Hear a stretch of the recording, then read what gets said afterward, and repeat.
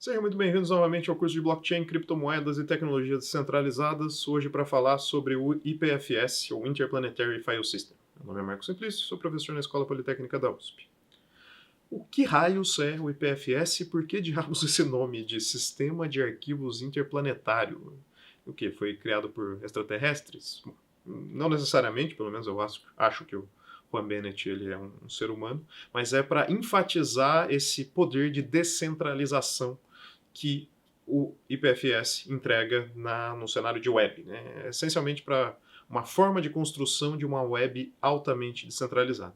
E ao mesmo tempo, né, um interesse de estudar isso aqui é que é uma ótima obra de engenharia. Ele combina várias tecnologias que foram discutidas aqui para descentralização de um jeito muito interessante, muito bem feito. Então, vamos a ele. E quais são os problemas que o IPFS tenta resolver com a web atual? O primeiro deles é o fato da web ser hoje altamente descentralizada. Diferentemente de quando a web surgiu, que os computadores dos usuários finais essencialmente compunham a web, hoje temos grandes empresas de tecnologia que fornecem alguns serviços essenciais. E se eles saírem do ar, ou de propósito, né, a empresa for à falência ou por alguma falha interna, perdemos essa capacidade, né, algumas funcionalidades da web vão-se embora com eles. Então, coisas como busca, é meio difícil fazer buscas sem o Google, né, enfim, e outras soluções razoavelmente centralizadas, Bing, mesmo o DuckDuckGo tem uma empresa que está por trás, se o serviço sair do ar, você não consegue mais buscar dados na internet. Hosting. Se você quiser ter o seu site na internet, normalmente você tem que depender de uma AWS, Azure, local web, você precisa de uma empresa para colocar o seu site e manter ele o tempo todo ativo. E o resultado disso, né, nessa concentração de poder em alguns servidores, é que se eles quiserem, enfim, podem fazer a qualquer momento, eles podem fazer censura, né? Um certo conteúdo não pode ser acessível, porque a empresa não quis, porque a lei mandou não ser acessível, por mais que seja uma informação que você gostaria de ver.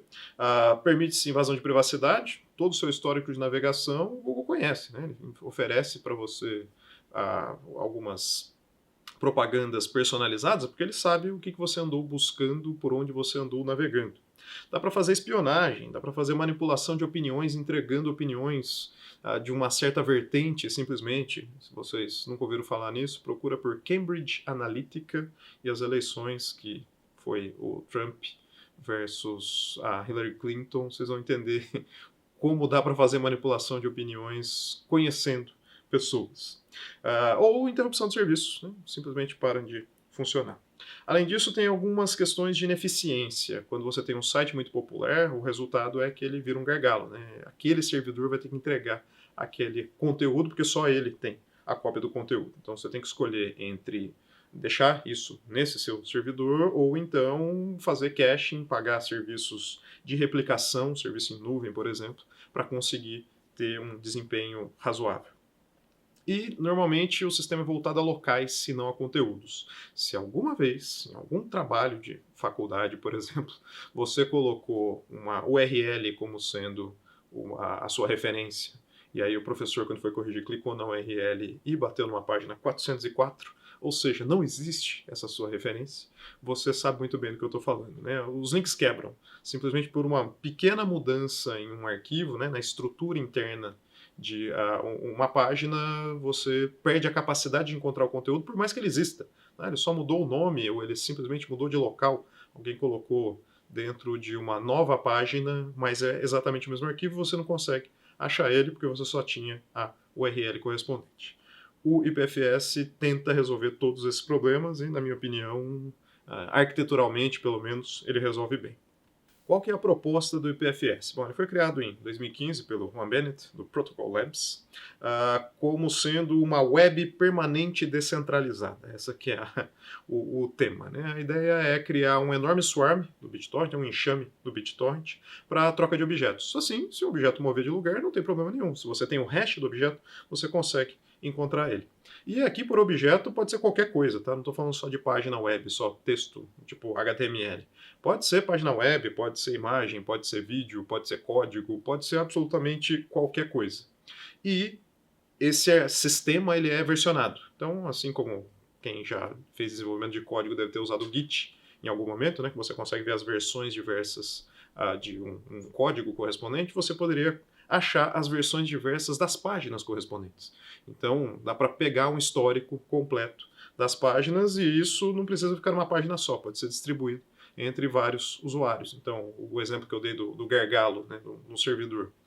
Todo ano a Wikipedia pede doações para manter o servidor deles, porque afinal de contas é um serviço gratuito, muita gente usa, e eles acabam tendo gastos, né? Afinal de contas tem que manter a página no ar. E se ao invés de doar para a Wikipedia, você pudesse doar dinheiro, né, para a Wikipedia manter um servidor, você pudesse doar um pedaço do seu disco, um pouco da sua banda, para fornecer alguns dos verbetes que a Wikipedia tem. É exatamente essa a ideia de descentralização proposta pelo IPFS. Os usuários que podem manter todo o conteúdo da web que eles tiverem interesse, sem a necessidade de manter aí gargalos, né? Centros de distribuição de dados, que são os serviços de hosting de páginas. Hoje o IPFS ele é parte de um ambiente muito maior, tá? Não tem só o IPFS, tem aqui uma pequena parcela dos serviços que tem lá dentro, tem o Filecoin e vários outros que eu não vou dizer que eu conheço todos a fundo, todos que eu li eu achei razoavelmente interessantes, mas vou falar só do IPFS hoje. Recomendo que você dê uma olhadinha na página que tem no último slide para conhecer mais sobre os outros projetos do pessoal do IPFS. Então vamos lá. Qual que é a arquitetura proposta pelo IPFS? Bom, vamos primeiro olhar para a web como ela é hoje. O que existe? Né? Então tem lá a rede, né? Endereço IP, porta, para permitir acessos. E em cima disso se constrói a internet. Primeiro, o que você precisa para conseguir navegar na web? Você precisa de informações de busca. Você precisa conseguir achar um conteúdo qualquer. Então hoje o que a gente usa na internet, Google, Bing, DuckDuckGo, são serviços para poder encontrar um certo conteúdo a partir de uma palavra-chave. Aí, uma vez encontrado o conteúdo, você tem que fazer a troca de arquivos entre usuários. O servidor manda dados para os usuários podem preencher formulários e mandar para o servidor. Então, a troca de dados é feita usando HTTP, HTTPS, né, com segurança eventualmente. Em cima disso, esses dados eles podem ser versionados. Hoje na web não é, enfim, se alguém troca a página a qualquer momento, mudou a versão e pronto, você perdeu a informação que eventualmente estava numa página anterior. Você consegue apagar quando você se arrepende de escrever alguma coisa. Em cima disso, né, então, sem versionamento, você tem lá os arquivos todos, você precisa de nomes. Você precisa conseguir achar os arquivos correspondentes usando o nome, a gente usa o URL, essencialmente, e o DNS para resolver os nomes. Dado uma certa página, você consegue transformar isso no endereço IP e consegue achar os dados. E em cima disso você pode construir aplicações, né? São seus sites que são construídos em cima dessa arquitetura. O que o IPFS propõe? É essencialmente manter esses mesmos serviços, aliás, um a mais, né, o versionamento, só que de um jeito descentralizado. Então, por que eu preciso fazer buscas via Google, via um site? Eu posso fazer via DHT, a gente discutiu buscas, né, de qualquer coisa via hash dos dados. Exatamente assim que funciona a busca dentro do IPFS, é via DHT. Para a troca de dados, bom, tem HTTP na web tradicional, mas a gente já viu uma tecnologia para compartilhamento de dados de forma descentralizada, o BitTorrent. É exatamente isso que é utilizado pelo IPFS. Para fazer versionamento, que, bom, não tem muito na web tradicional, usa-se o Git, né, que é um sistema de versionamento de objetos quaisquer, muito comumente utilizado para código, mas podia ser de outras coisas, podia ser da própria página web. É exatamente assim, é isso que propõe o IPFS. Os nomes dentro do sistema, eles não são exatamente... vou mostrar aqui os nomes, mas não são exatamente baseados no mesmo cenário de DNS, que você tem que fazer um registro em algum lugar do nome do seu site para poder fazer uma tradução. Você pode simplesmente usar a mesma coisa que você usa para achar arquivos, hashes. E é isso que propõe o Self-Certified File System. E em cima disso, você constrói a web. Então, é, digamos, uma subversão de como a web funciona usando essencialmente tecnologias descentralizadas. Vamos ver cada uma dessas camadas aqui nos slides. Começando pelo roteamento busca. Bom, já discutimos bastante como é que funciona DHT, né? Tem uma aula específica para discutir a forma como uma DHT funciona, para fazer busca descentralizada. Alguns detalhes relevantes para o caso do IPFS especificamente é que uma DHT ela pode armazenar essencialmente qualquer coisa, né? Se dado uma chave, ela devolve um valor. O que são os valores que são devolvidos no caso do IPFS? Se forem objetos muito pequenininhos, os próprios nós que mantêm a DHT, eles entregam esse objeto. A DHT guarda os objetos correspondentes para serem entregues. E se forem objetos maiores, aí é muito mais parecido com o que a gente viu no cenário do BitTorrent. Você entrega um ponteiro para esse objeto. No caso, é quem são os nós que têm aquele objeto e podem entregar ele. Então, no caso de um filme, por exemplo, coisa grande, se você quiser fazer o acesso a ele, né, vai fazer a busca da chave dele na DHT, o que você vai receber como resultado vai ser os IPs de nós que tem aquele filme ou pedaços daquele filme para você conseguir fazer o download. Se for um arquivinho de texto, eventualmente o arquivo de texto os próprios nós da DHT podem fornecer para você diretamente. Os algoritmos utilizados são o Kademlia, o S-Kademlia, né? Foi discutido na aula específica sobre DHTs, e o Coral, que eu acho que foi mencionado também na aula sobre DHT, mas essencialmente o que ele faz é dar otimizações baseadas em localidade. Ao invés de você ter que fazer a rede sobreposta com absolutamente qualquer usuário, de qualquer lugar do mundo, a rede sobreposta tenta usar informações de distância entre os usuários para que, quando você fizer uma busca, você tenta se concentrar mais nos usuários locais do que em usuários em outros locais do mundo. Né? Isso reduz latência, aumenta o desempenho do sistema como um todo. Mas, exceto por esses detalhes, é exatamente a mesma ideia de você entrega uma chave de busca e faz a consulta a nós, né, de forma eficiente, para tentar achar quem tem aquele dado. E, enfim, no caso, se for um arquivo pequenininho, o dado diretamente. Né? Não é quem tem, mas é simplesmente o valor retornado pela DHT já é o dado.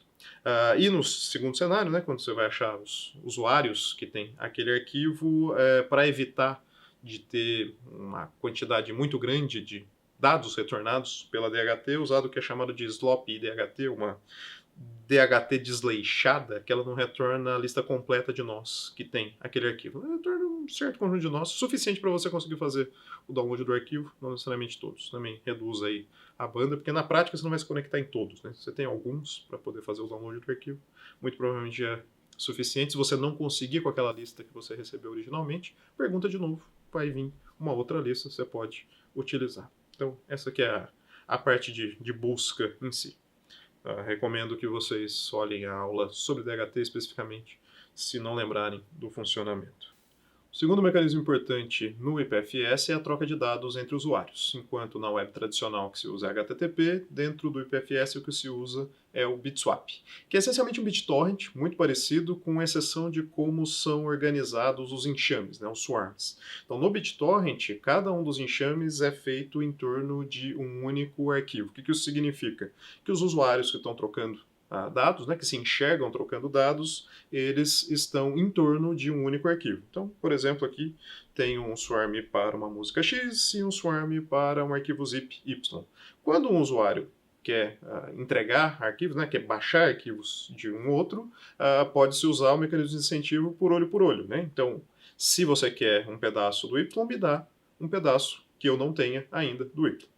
No cenário do BitSwap, quando é um único enxame para absolutamente todos os arquivos, fica menos óbvio o funcionamento disso, porque afinal de contas, você, em princípio, para aplicar o olho por olho, teria que achar correspondências do tipo um nó que é o arquivo X, o outro que é o arquivo Y, e ambos têm que ter esses arquivos que um quer do outro. Então é um pouco mais complexo. Então, como funciona o olho por olho dentro do cenário do BitSwap? Bom, esse mecanismo vai precisar incentivar o nó A buscar pedaços que o nó B deseja, para que então ele possa receber pedaços do nó B. Para isso, o B publica, de tempos em tempos, uma lista de desejos que ele tem para o A. Então, o A está baixando arquivos do B e o B vai falando, não, eu gostaria desses aqui, você não pode buscar eles para mim? É quase uma busca por procuração. E aí o A, se sentindo, digamos, incentivado vai parar de mandar arquivos para mim. Ele pode buscar esses arquivos desejados pelo B. Além disso, usa-se um sistema baseado em débitos. Né? O A mantém, cada nó, na prática, mantém uma lista de débitos do tipo, esse nó aqui baixou 1 GB de mim. E, bom, se ele não começar a pagar esse débito, né, me mandar dados que eu estou buscando, eu acho que eu vou parar de mandar dados para ele, né? Você pode fazer um mecanismo com alguma leniência para nós que já contribuíram contigo no passado e menos leniência com nós que nunca contribuíram com você, porque afinal de contas pode ser um nó que só mudou de nome dentro da rede, tentando baixar arquivos de você, fazendo free riding, né? Um comportamento egoísta dentro da rede. Então, o mecanismo de débitos é uma segunda possibilidade. E a terceira possibilidade, enfim, terceira dentre muitas possibilidades, terceira aqui mencionada, é a integração disso com mecanismos de pagamento mesmo. Criptomoedas, o Filecoin serve para isso, para garantir algum incentivo financeiro para usuários que estão enviando dados, enfim, o usuário que está baixando o dado paga de alguma forma pelo download desses dados. São algumas das possibilidades previstas dentro do IPFS. E aí, para a parte de versionamento, usa-se o MerkleDAG. MerkleDAG. É um grafo direcionado acíclico de Merkel. Nada a ver com a ex-primeira-ministra alemã, nem com os cachorros dela, perdão. Então, como é que funciona um MerkleDAG? É essencialmente a mesma coisa que aparece num Git. Se você já mexeu com isso para edição de código, por exemplo, você já deve ter visto alguns desses elementos aqui. São três principais: commit, tree e blob. O commit é uma submissão, né? Quando você fez uma alteração em um arquivo qualquer, você manda para o sistema para ele ser armazenado, né? As modificações serem armazenadas e o sistema como um todo ser atualizado, e ele guarda o histórico de todas as atualizações realizadas até o momento. Como é que ele faz isso? Bom, além do autor, quem fez a submissão, e uma mensagem, por exemplo, do que foi modificado, sempre tem um ponteiro para a árvore de dados que está abaixo do Git, né? A estrutura de arquivos que está abaixo do Git. Essa estrutura de arquivos é o que a gente chama de árvore. Você tem um ponteiro para todos os arquivos nessa estrutura de diretórios que contém os arquivos. E o blob é o dado em si. Então, para ilustrar aqui, eu tenho um exemplo. Você vai construir um site, por exemplo, e você tem dois arquivos idênticos. Então, um arquivo de exemplo, você colocou ali o arq1.txt e o arq2.txt. E você submete isso dentro do sistema Git. Então, você vai ter um commit com o hash de tudo que está abaixo ali do grafo, que é a árvore completa. E essa árvore completa, ela aponta para o arquivo 1 e para o arquivo 2.txt. Essa estrutura de diretórios aponta exatamente para o mesmo blob, porque afinal de contas é o mesmo arquivo, não tem por que você duplicar a informação em diferentes lugares para evitar o uso desnecessário, né, de disco para armazenar esses dois arquivos que são idênticos, têm exatamente o mesmo hash. Os arq1 e o arq2, né, dentro dessa estrutura de árvore, aponta exatamente para o mesmo arquivo. Então, esse aqui é um exemplo. Um segundo exemplo, com uma estrutura um pouquinho mais complexa. Eu estou criando uma pasta, né, então criando uma estrutura de diretórios não flat, né, hierárquica. Quando eu fizer o commit disso aqui, a árvore, né, a raiz da árvore vai apontar para a pasta. Dentro da pasta vai ter dois arquivos. E suponho que eu peguei o mesmo arquivo de exemplo, né, chamei ele de arquivo 3, e só o arquivo 3 eu deixei na raiz. Dentro dessa pasta eu coloquei arq1 e arq2, mas são exatamente o mesmo arquivo. Novamente, para evitar duplicação de dados, o arq1, arq2 e arq3 dentro da árvore apontam exatamente para o mesmo blob. Essa é a cara, né, de um grafo direcionado acíclico como utilizado no Git. E aí, quando você faz a submissão, o que acontece é isso aqui. Então, fiz lá a primeira submissão, tinha só o arq1 e o arq2, ambos na raiz. Quando eu submeti uma atualização, fui lá, mexi no arq1.txt, coloquei mais dados, seja lá o que for, e fiz uma submissão de uma atualização. O que vai acontecer? Você vai criar um segundo commit. Esse segundo commit aponta para o primeiro, tem ali o hash da versão anterior completa, então tem todo o conteúdo da versão anterior completa, e ele aponta também para a nova árvore, né, com a atualização em que o arquivo 1 ele tem ali um blob um pouquinho diferente, que foi feita as atualizações correspondentes. O arq2, como ele não foi alterado em nenhum momento, ele ainda vai apontar para o mesmo blob 1, né? É o mesmo hash, é o mesmo conteúdo exatamente. Então, na prática, aqui eu estou economizando dados porque eu tenho uma árvore, um grafo grande, que ele aponta para diferentes arquivos somente nos pontos necessários. Como o blob 1 não foi modificado, mesmo no segundo commit ele aponta para o mesmo arquivo que estava sendo apontado no meu primeiro commit. Então, essa é a estrutura que é construída quando você está trabalhando com Git. E dá até para ser mais eficiente, ao invés de fazer o armazenamento simplesmente de blobs inteiros, né? O arquivo pode ser muito grande, você pode fazer por pedacinhos. Então, no caso aqui, quando eu fizer a modificação no arquivo 1, suponho que eu modifiquei só o finzinho dele ali, só o bloco 5. E o que vai acontecer é que eu armazeno 1, 2, 3, 4, 5 originais, né? Isso é o arq2, e eu uso o arq1 para apontar simplesmente para essa mudança do 5, né? Tem um 5' ali, e também para o 1, 2, 3, 4, para os outros blobs que já estavam no arquivo 2 antes, né? Aqui eu até dupliquei, né? Coloquei 2 vezes para não ter muita seta para muito lado, mas é exatamente 1, 2, 3, 4, 5 que estava no primeiro commit. Na prática, no disco, o que vai ficar é 1, 2, 3, 4, 5, 5', e isso evita o uso desnecessário, né, de disco para armazenar dados. Então essa é a cara de um MerkleDAG. Como é que isso é usado no IPFS? Bom, tudo no IPFS são hashes. Todos os arquivos e mesmo os links são hashes de dados. Usa essa estrutura aqui, que é conhecida como multihash. É uma estrutura do tipo tamanho, valor, conhecido no inglês de TLV, Type Length Value. Então, o tipo de algoritmo que é usado para criar o hash é a primeira coisa que aparece. A segunda coisa é o tamanho do hash, né, quantos bits, bytes vão ser utilizados. E depois, no fim, é cada um dos bytes que compõe esse hash. Então, sem entrar nesse detalhe, é simplesmente um hash. Vocês vão ver várias vezes eu representando isso aqui em base 64. Um monte de valores de A minúsculo a Z minúsculo, A maiúsculo, a Z maiúsculo e números mais caracteres especiais. Então, como é que eu uso esse monte de hash dentro do meu sistema? Quando eu vou navegando, né, assim como você pode clicar em links dentro da internet para ir para um outro lugar, o que você vai encontrando como resultado são hashes. São hashes que são representações de gits daquele dado que está sendo apontado dentro do sistema.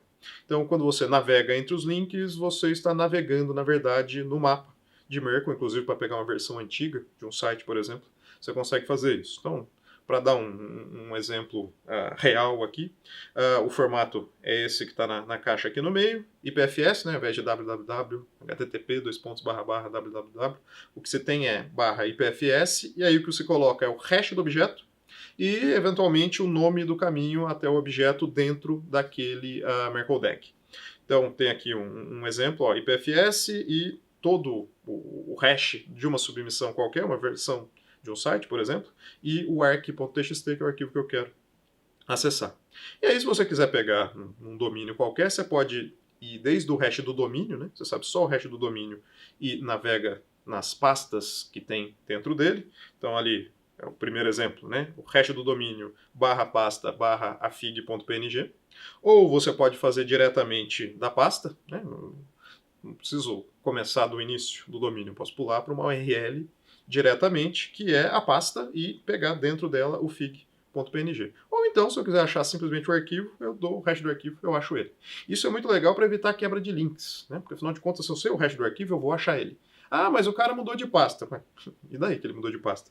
Eu tenho o hash do arquivo em si. Vou jogar dentro do MyDHT, vou achar quem são os nós que tem aquele arquivo e vou fazer o download dele diretamente. Então é uma estrutura muito mais resiliente à quebra de links. Mas aí você pode falar, não, mas e se quebrar ali no hash do domínio? Né? O cara mudou o fig.png de pasta, ele renomeou, por exemplo, para pasta 1. Acontece que qualquer mudança desse tipo, você ainda tem o hash correspondente do arquivo final. E aí você acha. Mas, de fato, se você mudar de pasta e você for pelo nome do domínio, o domínio em si não mudou, aí você não vai conseguir encontrar o arquivo. Por isso que, se você quiser dar uma referência imutável, entregue o hash correspondente. Até porque, quando você faz a navegação ali pelo nome do domínio, o que vai acontecer é que você vai achar os hashes. Olha só como é que funciona. Vamos supor que eu quero obter o arquivo ali no IPFS, cujo hash do domínio é aquele negócio, QM, DP, MV, app, e por aí vai, /teste, /full. É isso que eu quero obter. Então, o que vai acontecer para o navegador, né, que está executando o IPFS, é o seguinte: ele começa obtendo o multihash correspondente àquele dado azul ali, o QM, DP, MV e por aí vai. E o resultado, né, o que retorna-se para o navegador usando a busca, né, no IPFS, o GET, com essa chave são os valores correspondentes a o que raios tem abaixo deste hash. Então tem ali um cat.png, um cat2.png, test, que é uma pasta, e um tree.jpg. Então você tem agora os hashes que esta pasta direciona. É como dar um dir dentro de um command prompt do Windows ou um ls, se você estiver usando o sistema Linux. Você está baixando a estrutura de pastas correspondente. E aí o que ele vai fazer é usar ali o teste. O valor do teste é aquele QMNTPA5 e por aí vai. Então, vou buscar essa chave dentro do sistema do IPFS, vou receber o que tem dentro dessa pasta, var, bas e full. Como o usuário está pedindo full, ele vai pegar aquele hash ali, o último, e vai fazer a busca no IPFS também. Finalmente, ele consegue encontrar o blob correspondente a full. Essa aqui é a história toda do sistema. Né? Você faz navegações por hashes sempre, mesmo que você tenha um arquivo qualquer, você tem que pegar o hash correspondente a ele para conseguir encontrar ele dentro do sistema. E quem é que pode fazer isso? Bom, qualquer um. Na verdade, como é um sistema altamente descentralizado, você pode pegar sua máquina agora, construir um nó IPFS, tirar hashes dos arquivos que você tem localmente que você quer disponibilizar dentro da rede e incluir eles na DHT, e você vai virar também um nó da DHT. Quando alguém buscar um hash qualquer que você tenha na sua máquina, vai ser encontrado pela DHT o seu IP e você vai conseguir fornecer os dados. E, bom, não dá para ser mais descentralizado do que isso, né? Você pode usar a sua máquina como sendo um servidor web, ao invés de depender de um terceiro para fazer o armazenamento das suas páginas. E com vantagens interessantes, né? Como eu disse, os objetos, por eles serem hashes, né? Eles são objetos armazenados de forma permanente. Qualquer pessoa que tiver aquele arquivo, né? Você, porque você entrou na rede e colocou ele à disposição, ou um terceiro que baixou da sua máquina e decide que ele vai ser um seeder, né? Vai entregar aquele arquivo para terceiros, você vai ter esse benefício de não ser o único nó que vai entregar os arquivos, né? O equivalente a cache em várias máquinas, só que não mais de servidores, máquinas de usuários finais. Não precisa ter confiança nesses nós. Não, mas ele vai armazenar meu site. E se ele vai lá e mexe no meu site? Se ele mexer no site, muda o hash. Não dá para simplesmente entregar um site errado como sendo o site correto, porque o hash não vai bater, o BitTorrent garante isso, tem controle de integridade correspondente. Os links são permanentes, né? Não dá para quebrar, isso eu já tinha mencionado, desde que alguém tenha o arquivo, dá para encontrar esse arquivo dentro da rede. E os usuários podem então escolher dados específicos que eles querem armazenar na rede. Sei lá, você é meu amigo, eu vou armazenar uma cópia do seu site e agora eu faço balanceamento de carga, né? A rede faz balanceamento de carga automaticamente. Às vezes vai achar a sua máquina, às vezes vai achar a minha. Só não vai achar nenhuma das máquinas quando ambos estivermos com as máquinas desligadas. Mas se tiver uma máquina ligada que tem aquele arquivo, dá para encontrar ele, dá para fornecer para terceiros, de novo, sem necessidade de um servidor, alguém centralizado para armazenar os arquivos. E por fim, o último mecanismo extremamente interessante dentro do IPFS é o sistema de nomes. O que se usa é um sistema autocertificado. Como é que funciona isso? Bom, essencialmente, como já discutimos aqui em cenários de blockchain, os identificadores dos usuários no sistema são simplesmente chaves públicas. No caso, as hashes das chaves públicas, porque, de novo, tudo dentro do IPFS são hashes. Então, você tem ali um Node ID, né, um identificador de nó, que é usado para fazer buscas, né, chegar nos domínios correspondentes, que são hashes de chaves públicas de usuários, usando o skdemlia. Quando a gente estava discutindo DHT, discutir um pouquinho o funcionamento disso, né? Você não pode escolher uma chave pública qualquer, tem um puzzle criptográfico, tem um custo computacional para você escolher o seu ID dentro da rede, só para evitar que os usuários escolham identificadores específicos dentro da rede. Então, tentando tirar alguma vantagem de localizações específicas dentro da DHT. O mecanismo dificulta isso, mas, enfim, sem entrar nesse detalhe. Se você não estiver tentando sacanear a rede, você não precisa se preocupar com esse detalhe. Simplesmente você cria uma chave pública e tira o hash dela, esse vai ser o seu identificador na rede. Então tem um exemplo aqui no final do slide. O formato é esse, é IPNS e o ID do nó, que é um hash. Na prática vai ser um hash um pouco maior do que isso. Seria HJ17RSY89MNOO. Esse seria o nome de um site, né? Nada super agradável para o usuário, já pensou? O usuário vai ter que digitar esse nome, mas tem uns truques, vou mostrar já para deixar um pouco mais friendly para usuários, né? Enfim, Nada que impeça também o usuário digitar uma vez só e guardar, né? Coloca ali nos sites favoritos e simplesmente acessa depois. Mas tem uns truquezinhos para tentar deixar mais amigável também. Aí se baseia em DNS ou outros mecanismos. Já eu mostro. Mas o legal disso aqui é totalmente descentralizado. Quem que pode gerar uma chave pública? Qualquer pessoa que tem um software para geração de chave pública, pronto, ganhou um domínio. Você não precisa fazer um registro de um domínio em lugar nenhum. Simplesmente tendo a chave privada correspondente, você pode provar para um navegador, né, para um usuário que está tentando acessar o seu site, que você é o dono daquele site de fato. É muito parecido com a ideia aqui do TLS, né, que você tem certificados digitais que o dono daquele site prova que ele é o dono daquele site mesmo, fazendo uma assinatura digital dentro do protocolo do TLS. Aqui você pode fazer assinaturas digitais também, né? O nome do domínio é a sua chave pública. Use essa chave pública para verificar essa assinatura que eu vou fazer com a minha chave privada. Isso sem a necessidade de autoridades certificadoras. Os nossos conseguem se identificar simplesmente com um par de chaves públicas não vinculado a um nome qualquer, a um nome específico que iria lá dentro do certificado, né? A chave pública já é o nome do usuário. E essa estrutura autocertificada permite construir uma coisa interessante também, que é o IPNS, que é um sistema de nomes de arquivo. A ideia é parecida com a do DNS, mas ao invés de usar nomes amigáveis aos usuários, você pode usar a chave pública correspondente para seu identificador dentro do sistema. Isso permite você fazer algum grau de mutabilidade dentro do sistema. Aí você pode falar, não, mas peraí, você falou que ao usar hash deixa as coisas imutáveis, o que era bom, porque aí dá para achar o arquivo em qualquer lugar. Sim, tudo que eu falei ainda permanece, mas tem uma coisa que normalmente você quer mudar, que é o seu site. Você quer atualizar o seu site com um novo arquivo, você quer modificar o texto, corrigir ali uma incorreção ortográfica que tem no seu site, você precisa mudar. E ao mudar, bom, muda o hash, né? Porque é um git. Você vai fazer um commit, vai ser uma nova árvore com arquivos que foram modificados. Então, se o usuário sabia o seu site antigo, ele tinha o hash do seu site antigo, bom, o seu site antigo mudou, ele precisa saber o novo hash. Como é que você faz para entregar o novo hash? Simples, você usa a sua chave pública. Essa sim é imutável, né? O seu nome de domínio é a sua chave pública. Então, a resposta quando alguém faz uma consulta à sua chave pública pode ser simplesmente o hash da página mais atualizada correspondente ao seu site. Inclusive, você pode entregar os commits, né? Você pode entregar um monte de coisa para o usuário, a lista de commits, todo o histórico de commits correspondente, e qualquer pessoa pode navegar por todas as versões que aconteceram no seu site. Então, tem aqui um exemplo, a partir da mesma chave, HJ17RSY89MNOO, eu posso entregar páginas distintas, né? No início dos tempos, eu tinha a página da USP que tinha 75 anos de existência, esse era o hash daquela página. Quando eu alterar a página para 80 anos, o que vai acontecer é que eu entrego um valor distinto. Ainda assim, usando o nome do domínio, o usuário consegue acessar a página agora, a página mais atualizada, usando IPNS.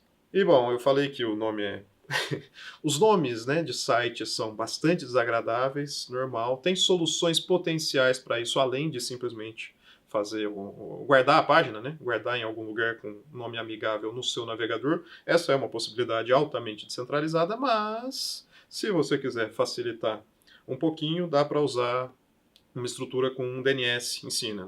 Pensar numa integração do DNS. São ideias, tá? São propostas de como daria para fazer isso. Ter um registro nos DNS que quando você entra com um site especificamente, né, ipns/blockchainusp.blog, por exemplo. Não existe, tá? Se você buscar, provavelmente você não vai encontrar. O resultado, né, do servidor de DNS seria o hash correspondente, você navega a partir dali. Então, enfim, aqui eu estou falando DNS, né, como servidor, mas tem soluções descentralizadas para isso, que eu não vou abordar nessa aula. Tem Namecoin, Blockstack, que tentam criar sistemas de DNS que são descentralizados. Então daria para usar esse tipo de serviço também para deixar mais amigável os nomes aos usuários. Então tem uma leitura sugerida aqui em inglês, mas é interessante que ele dá algumas ideias de como daria para deixar mais amigável. Só tenha em mente que, se vocês lembrarem da aula que a gente discutiu o Tor, e estava falando de serviços ocultos, boa parte de serviços ocultos não liga para isso. É aquela página completamente esquisita, né? O nome em si é essencialmente um hash também, e você usa aquele hash diretamente para fazer a busca dentro da página. Mas enfim, uma vez, digamos, se for amplamente utilizado, né, se for amplamente adotado o IPFS, provavelmente algum nome, algum mecanismo para deixar mais amigável os nomes das páginas vai aparecer. E bom, falei um monte de coisa, nada mais interessante do que experimentar com a tecnologia diretamente. Tem aqui a página correspondente, docs.ipfs.tech. Sugiro fortemente, quem gostou, né, da obra de engenharia que é o IPFS usando tecnologias descentralizadas, dê uma olhadinha, tem um pouco de mão na massa ali, como criar um nó, como navegar numa rede IPFS. Sugiro darem uma olhada, porque é bastante interessante e enriquecedor, né, para ver se você entendeu de verdade tudo que eu falei aqui do IPFS nesses minutos que estivemos juntos. É isso por hoje, nos vemos na próxima aula. Até mais!